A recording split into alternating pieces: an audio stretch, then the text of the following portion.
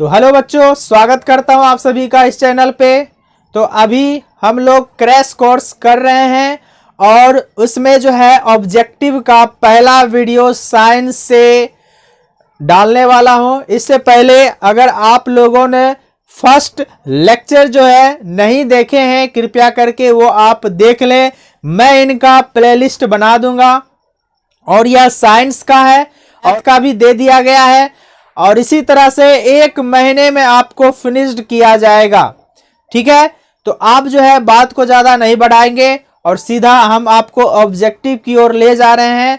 तो चलिए, पहला क्वेश्चन हमारा जो है आपको दिख रहा होगा स्क्रीन पर, आपको आंसर बताना है। और ये सारे के सारे जो क्वेश्चन है कहीं न कहीं किसी न किसी वर्ष पूछा गया है। और चलिए स्टार्ट करते हैं। तो हमारा जो पहला क्वेश्चन है, किसी माध्यम के अपवर्तनांक म्यू का मान होता है। ऑप्शन है साइन आर बटा साइन आई, नंबर बी है साइन आई बटा साइन आर, नंबर सी है sine I into sine R, number D है sine I plus sine R. तो आपका जो आंसर हो जाएगा, म्यू बराबर होता है sine i divided by sine r. ठीक है, यही आपका आंसर होगा, यानी ऑप्शन का बी। बहुत ही इंपॉर्टेंट है ये। प्रकाश के अपवर्तन के जो है नियम होते हैं, उसके दूसरे नियम होते हैं। ठीक है, दूसरे नियम होते हैं। बात समझ में आ रही बात? चलिए क्वेश्चन नंबर 2 पढ़ते हैं। प्रकाश के परावर्तन के कितने नियम है? ये तो बहुत ही सिंपल है। प्रकाश के परावर्तन के कितने नियम है? तो इसका आंसर आपको हम बता देते हैं। ऑप्शन दिया हुआ 1 2 3 4, तो इसका आंसर हो जाएगा 2, यानी क्वेश्चन नंबर 1 क्वेश्चन नंबर 2 का हो जाएगा बी। आंसर क्या है? 2। प्रकाश के कितने नियम होते हैं अपवर्तन के? 2 नियम होते। चलिए प्रश्न संख्या 3 की ओर चलते हैं। ये सारे के सारे जो क्वेश्चन है कहीं न कहीं किसी न किसी वर्ष पूछा गया है। दाढ़ी बनाने में कौन सा दर्पण उपयुक्त है? ऑप्शन है समतल, उत्तल, अवतल, कोई नहीं। तो जल्दी बताइए आप लोग। तो जो दाढ़ी बनाते हैं तो आंसर इसका हो जाएगा, आंसर हो जाएगा सी, अवतल दर्पण। अवतल दर्पण का हम जो उपयोग करते हैं वो दाढ़ी बनाने में करते हैं। ऑप्शन नंबर क्या हो गया? सी। चलिए नेक्स्ट क्वेश्चन है, क्वेश्चन नंबर 4 है कि काल्पनिक प्रतिबिंब होता है। तो काल्पनिक प्रतिबिंब कैसा होता है? काल्पनिक मतलब झूठा। तो याद रखना, काल्पनिक प्रतिबिंब हमेशा वह क्या होता है? सीधा बनता है। तो काल्पनिक प्रतिबिंब कैसा बनता है? हमेशा सीधा। इसका ऑप्शन हो जाएगा ए, सीधा। चलिए नेक्स्ट क्वेश्चन की ओर चलते हैं। तो क्वेश्चन नंबर 5 है, प्रकाश के अपवर्तन के कितने नियम है? फिर देखिए रिपीट किया गया क्वेश्चन है। प्रकाश के अपवर्तन, ये था परावर्तन और ये अपवर्तन, तो इनके भी 2, प्रकाश के चाहे अपवर्तन हो चाहे परावर्तन हो। प्रकाश के हम बोले चाहे प्रकाश के परावर्तन हो या अपवर्तन के नियम हो, ये दोनों 2 होते हैं, यानी ऑप्शन नंबर बी हो जाएगा। आंसर क्या हो जाएगा? 2। चलिए क्वेश्चन नंबर 6 की ओर बढ़ते हैं। क्वेश्चन नंबर 6 क्या कह रहा है? क्वेश्चन नंबर 6 कह रहा है समतल दर्पण द्वारा बना प्रतिबिंब है तो वास्तविक है, काल्पनिक है, दोनों इनमें से कोई नहीं। तो इसका आंसर क्या होगा? देखो, समतल जो दर्पण पर होता है उसका जो प्रतिबिंब होता है हमेशा क्या होता है? काल्पनिक होता है, यानी ऑप्शन बी, काल्पनिक। क्या हो जाएगा? काल्पनिक होगा। आंसर क्या हो जाएगा? काल्पनिक होगा। तो हमने 6 तक किया है। नेक्स्ट जो क्वेश्चन है, क्वेश्चन नंबर 7 यहां पर हम बता रहे हैं। क्वेश्चन नंबर 7 क्या कह रहा है? कह रहा है किसी बिंब का वास्तविक तथा समान साइज का प्रतिबिंब प्राप्त करने के लिए बिंब को उत्तल लेंस, देखो अभी तुरंत ही हमने मॉर्निंग में ही वीडियो को डाला था कि उत्तल लेंस में देखो क्या है, किसी बिंब का वास्तविक तथा समान साइज, देखो एक ही साइज में हमने बताया था ना, एक ही समान अगर साइज हो तो उसको हम कहां रखेंगे? तो सिंपल सा इसका आंसर हो जाएगा, आपको ऑप्शन दिख रहा होगा, लेंस के मुख्य फोकस पर, फोकस दूरी की दुगुनी दूरी पर, अनंत पर, लेंस के प्रकाशिक केंद्र तथा मुख्य फोकस के बीच। तो सिंपल से याद रख लो, फोकस दूरी के दुगुना, है ना। 2f था ना, 2f, इधर भी नीचे था 2f, इधर हमारा था अनंत। याद आ रहा है कुछ? अनंत हम बोले थे, अगर ये तुमको याद आ जाएगा, याद रहेगा, तो आपको सब बन जाएगा। नीचे आ जाएगा अनंत और इधर हो जाएगा F1। ठीक है, समझ में आ रही बात?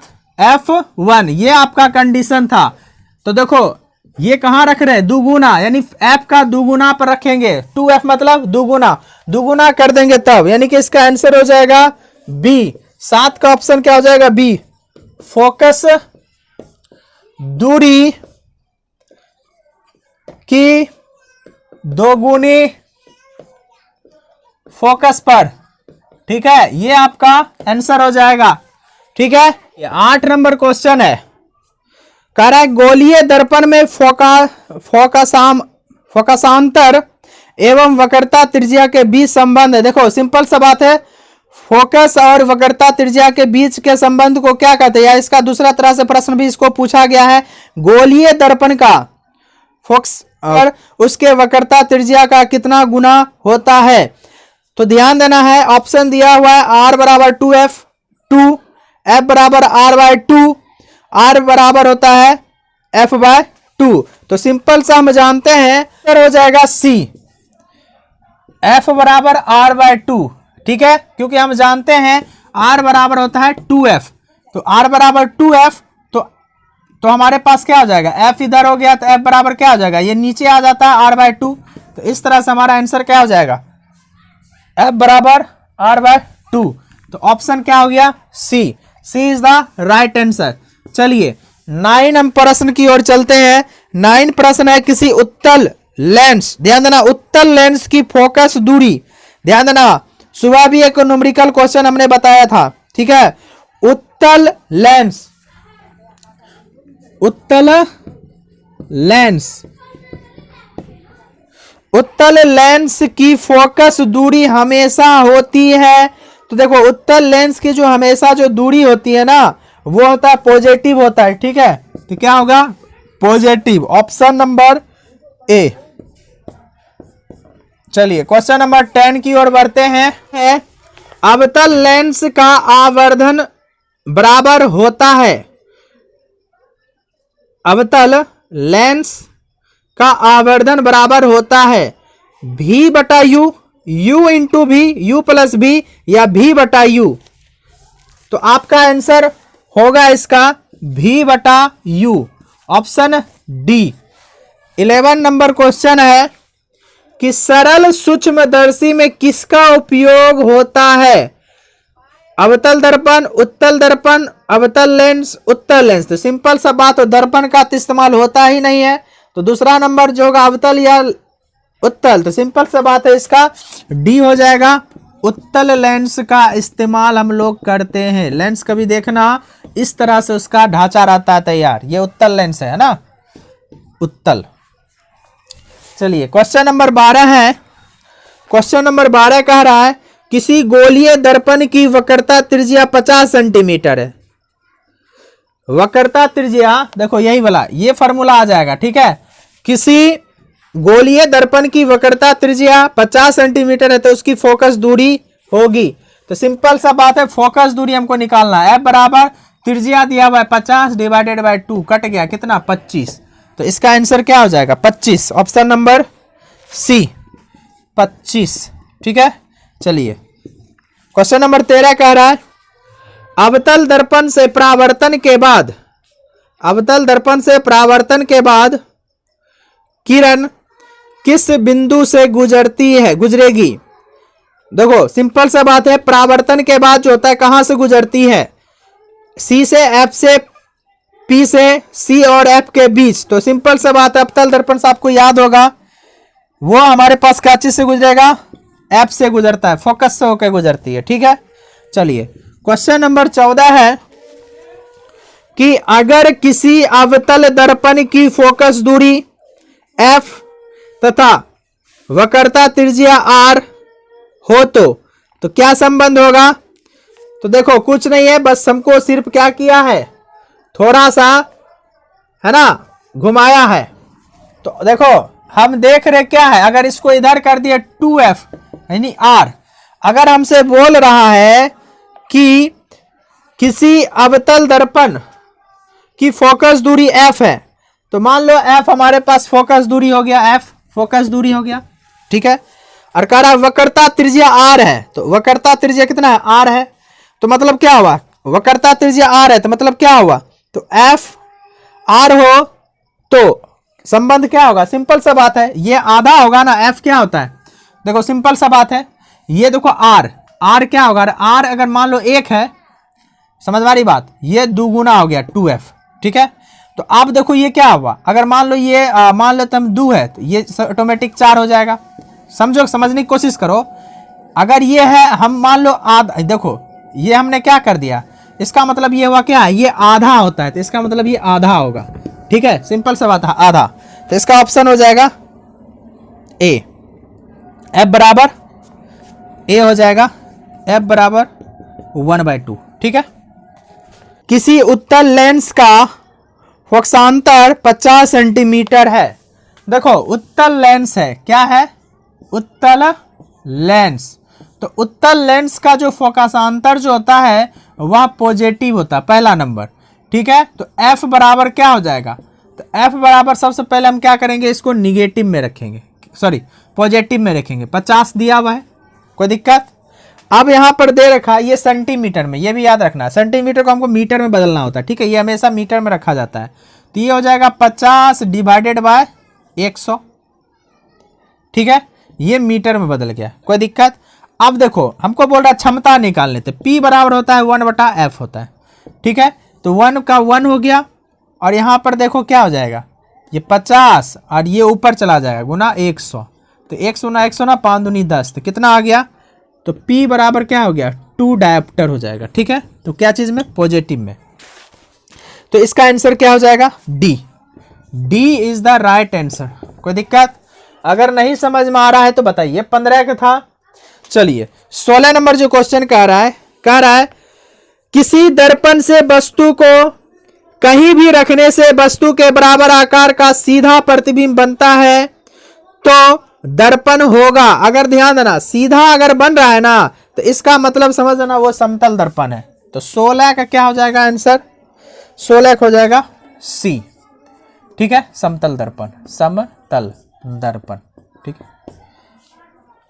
तो 17 नंबर कह रहा है फोटोग्राफी कैमरा का अभिदृश्यक होता है, तो अभिदृश्यक क्या होता है, देखो कैमरा हो या कुछ हो उसमें हमको सूक्ष्मदर्शी हो, सब में उत्तल लेंस का प्रयोग करते हैं, उत्तल लेंस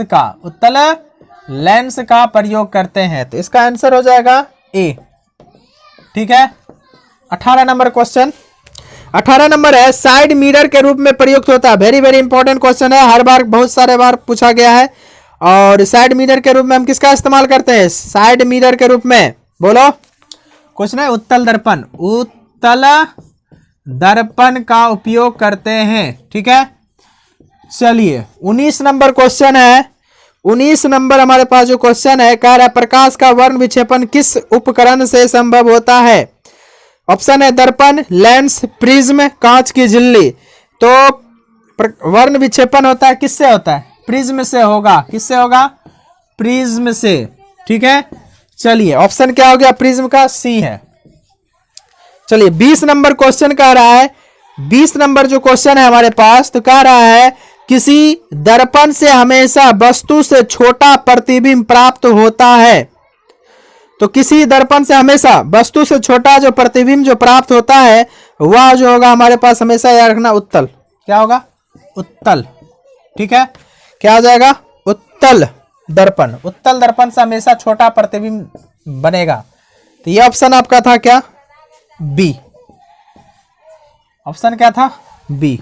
चलिए 21 नंबर जो है हमारे पास जो है कह रहा है जब प्रकाश की किरण हवा से कांच में प्रवेश करती है तो मुड़ जाती है, कहां मुड़ जाती है, तो अभिलंब के निकट मुड़ जाती है। देखो सिंपल सा, जब कांच की किरण हवा से कांच में प्रवेश करती है, मान लो ये कांच है और इधर वाला हवा है, ये किरण आ रही है, ये अभिलंब है, जाना चाहिए इधर, तो ये और जाएगा नीचे, अभिलंब की ओर झुकेगा। समझ मारी बात। तो किधर की ओर झुकेगी? अभिलंब की ओर झुक जाएगी। तो अभी तो इसका क्या हो जाएगा? निकट आ जाएगी, झुकना मतलब अभिलंब की ओर आ जाएगी। तो इसका आंसर हो जाएगा बी, अभिलंब के निकट आएगी। क्या आएगी? अभिलंब के निकट। 21 नंबर है। 21 नंबर जो है कह रहा है, 21 हो गया, 22 नंबर, सॉरी 22 नंबर प्रश्न है, कह रहा है एक अवतल दर्पण की फोकस दूरी 10 सेंटीमीटर है। कितनी है?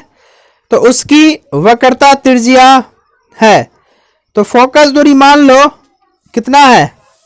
फोकस दूरी हमारे पास है एफ। एफ बराबर क्या होता है? 2r होता है। एफ बराबर क्या होता है? 2r होता है। तो r बराबर क्या हो गया? f/2।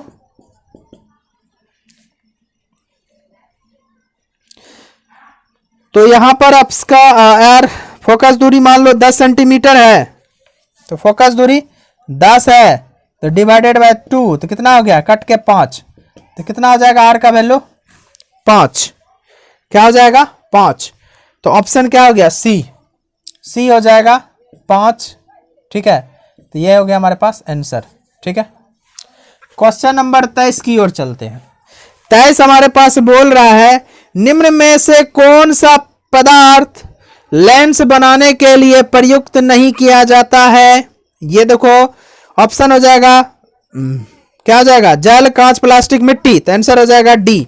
तो सिंपल सा है, एनसीईआरटी भी क्वेश्चन है, एनसीईआरटी में भी दिया हुआ ही है। 24 नंबर पर पहुंचते हैं। तो 24 नंबर कह रहा है किसी बिंब का अवतल दर्पण द्वारा बना प्रतिबिंब आभासी, सीधा तथा बिंब से बड़ा पाया गया। वस्तु की स्थिति कहां होनी चाहिए? तो वस्तु की स्थिति कहां होनी चाहिए? तो ऑप्शन हो जाएगा, क्या हो जाएगा? वक्रता केंद्र पर, मुख्य फोकस तथा वक्रता केंद्र के बीच, वक्रता केंद्र से परे। डी हो जाएगा दर्पण के ध्रुव तथा मुख्य फोकस के बीच। हमेशा याद रखो प्रतिबिंब आभासी उल्टा हमको चाहिए, वो भी अवतल दर्पण में। तो अवतल दर्पण में अब जान लो, सुबह हम बताए थे ना कौन सा, हाँ मतलब उत्तल लेंस में हमने बताया था, उत्तल लेंस में बताया था। जो कंडीशन था वही कंडीशन इसमें भी होगा सेम। दर्पण के ध्रुव तथा मुख्य फोकस के बीच। तो क्या हो जाएगा आंसर? डी, दर्पण के ध्रुव तथा मुख्य फोकस के बीच। ठीक है, ये आपका आंसर हो जाएगा। चलिए 25 नंबर है अवतल दर्पण की फोकस दूरी उसकी वक्रता त्रिज्या की होती है। क्या होती है? आधी। अभी तुरंत हम पढ़ रखे, क्या होगी? आधी। ऑप्शन बी, आधी। तो चलिए आज के वीडियो में हम लोग 25 क्वेश्चन को रखते हैं। कल हम इसी लेसन को और पढ़ाएंगे, यानी कि प्रकाश का परावर्तन तथा अपवर्तन का ही हम जो है वीवीआई क्वेश्चन को यानी ऑब्जेक्टिव टाइप क्वेश्चन को लेकर आएंगे और तब जाके इसको फिनिश्ड करेंगे। मतलब कल और लगने वाला समय है। तो चलिए हम नेक्स्ट वीडियो में फिर मिलते हैं, तब तक के लिए जय हिंद, जय भारत।